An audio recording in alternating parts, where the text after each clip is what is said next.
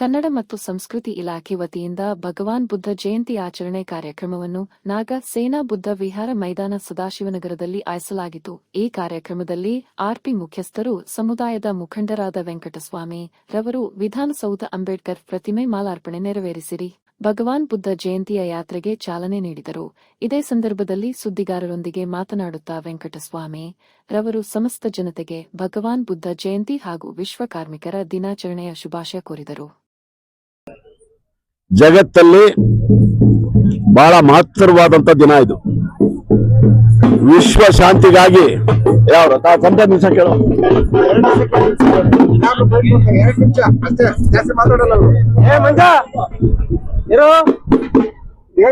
ಒಬ್ರಿಗೊಬ್ರು ಕೇಳೋದೇ ಇಲ್ಲ ಮಾತುಗಳಲ್ಲಿ.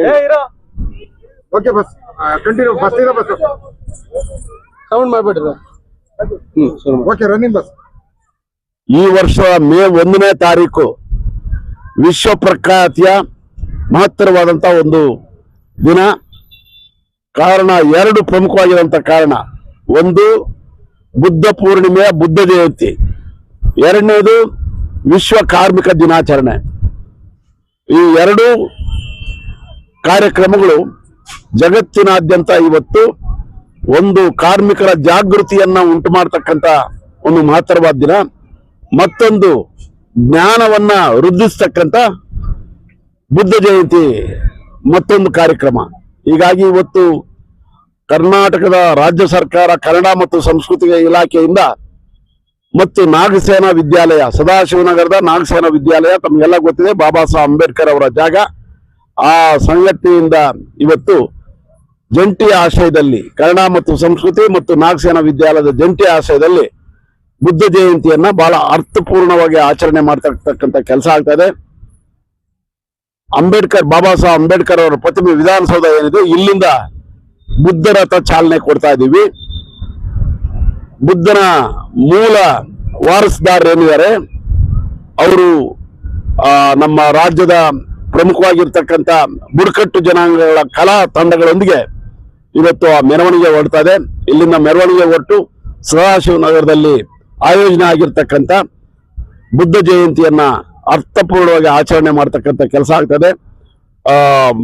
ಸರ್ಕಾರದ ಅನೇಕ ಗಣ್ಯರು, ಮಂತ್ರಿಗಳು, ಹಾಗೇನೆ ಬೌದ್ಧ ಸಂಘಟನೆಗಳು, ಬಾಬಾ ಸಾಹೇಬ್ ಅಂಬೇಡ್ಕರ್ ಸಂಘಟನೆಗಳ ಮುಖಂಡರುಗಳೆಲ್ಲ ಭಾಗವಹಿಸಿ ಈ ಕಾರ್ಯಕ್ರಮವನ್ನ ಯಶಸ್ವಿ ಮಾಡ್ತಾ ಇದ್ದಾರೆ. ಈ ಮೂಲಕ ನಾನು ವಿನಂತಿ ಮಾಡ್ತಾ ಇದ್ದೀನಿ, ಬುದ್ಧನ ರಥಕ್ಕೆ ಚಾಲನೆ ಕೊಟ್ಟು ವಿಧಾನಸೌಧದಿಂದ ಸದಾಶಿವನಗರ ನಾಗಸೇನಾ ವಿದ್ಯಾಲಯಕ್ಕೆ ನಾವೆಲ್ಲರೂ ಹೊರಟಿದ್ದೀವಿ. ದಯಮಾಡಿ ಅಲ್ಲಿ ನಡೀತಕ್ಕಂಥ 11:30 ಕಾರ್ಯಕ್ರಮಕ್ಕೆ, ಬಹಿರಂಗವಾಗಿರ್ತಕ್ಕಂಥ ಕಾರ್ಯಕ್ರಮಕ್ಕೆ ಪೂಜ್ಯ ಬಿಕ್ಕು ಸಂಘ ಹಾಗೇನೆ ಉಪಾಸಕಿಯರು ಎಲ್ಲರೂ ಕೂಡ ಭಾಗವಹಿಸಿದರೆ ಬೆಳಗ್ಗೆ 9:30ಗೆ ಆರಂಭ ಆಗಿರ್ತಕ್ಕಂಥ ಈ ಕಾರ್ಯಕ್ರಮ ರಾತ್ರಿ ಸೌಹಾರ್ದ ಕೂಟ, ಬೆಳದಿಂಗಳ ಊಟ ಅನ್ನೋ ಕಾರ್ಯಕ್ರಮದೊಂದಿಗೆ ಮುಕ್ತಾಯ ಆಗ್ತದೆ. ಈ ಇಡೀ ದಿವಸ ಬುದ್ಧನನ್ನ ನೆನೆಯತಕ್ಕಂಥದ್ದು, ಬುದ್ಧನ ವಿಚಾರಗಳನ್ನ ಪ್ರಚಾರ ಮಾಡ್ತಕ್ಕಂಥದ್ದು, ವಿಶ್ವಕ್ಕೆ ಒಂದು ಶಾಂತಿಯನ್ನ ಬಯಸ್ತಕ್ಕಂಥದ್ದು, ಲೋಕ ಕಲ್ಯಾಣಕ್ಕಾಗಿ ನಾವೆಲ್ಲರೂ ಮಾತಾಡುವಂಥದ್ದು. ಈ ಕಾರ್ಯಕ್ರಮದಲ್ಲಿ ತಾವೆಲ್ಲರೂ ಭಾಗಿಯಾಗಬೇಕಂತೇಳಿ ತಮಗೆಲ್ಲರಿಗೂ ನಾನು ಈ ಬುದ್ಧ ಜಯಂತಿಯ ಶುಭಾಶಯಗಳನ್ನ ಹೇಳ್ತಾ ನನ್ನ ಮಾತನ್ನ ಮುಗಿಸ್ತಾ ಇದ್ದೀನಿ. ಜೈ ಭೀಮ್, ಜೈ ಭಾರತ್. ಡಾಕ್ಟರ್ ಎಂ ವೆಂಕಟಸ್ವಾಮಿ, ನಾಗಸೇನಾ ವಿದ್ಯಾಲಯದ ಅಧ್ಯಕ್ಷ.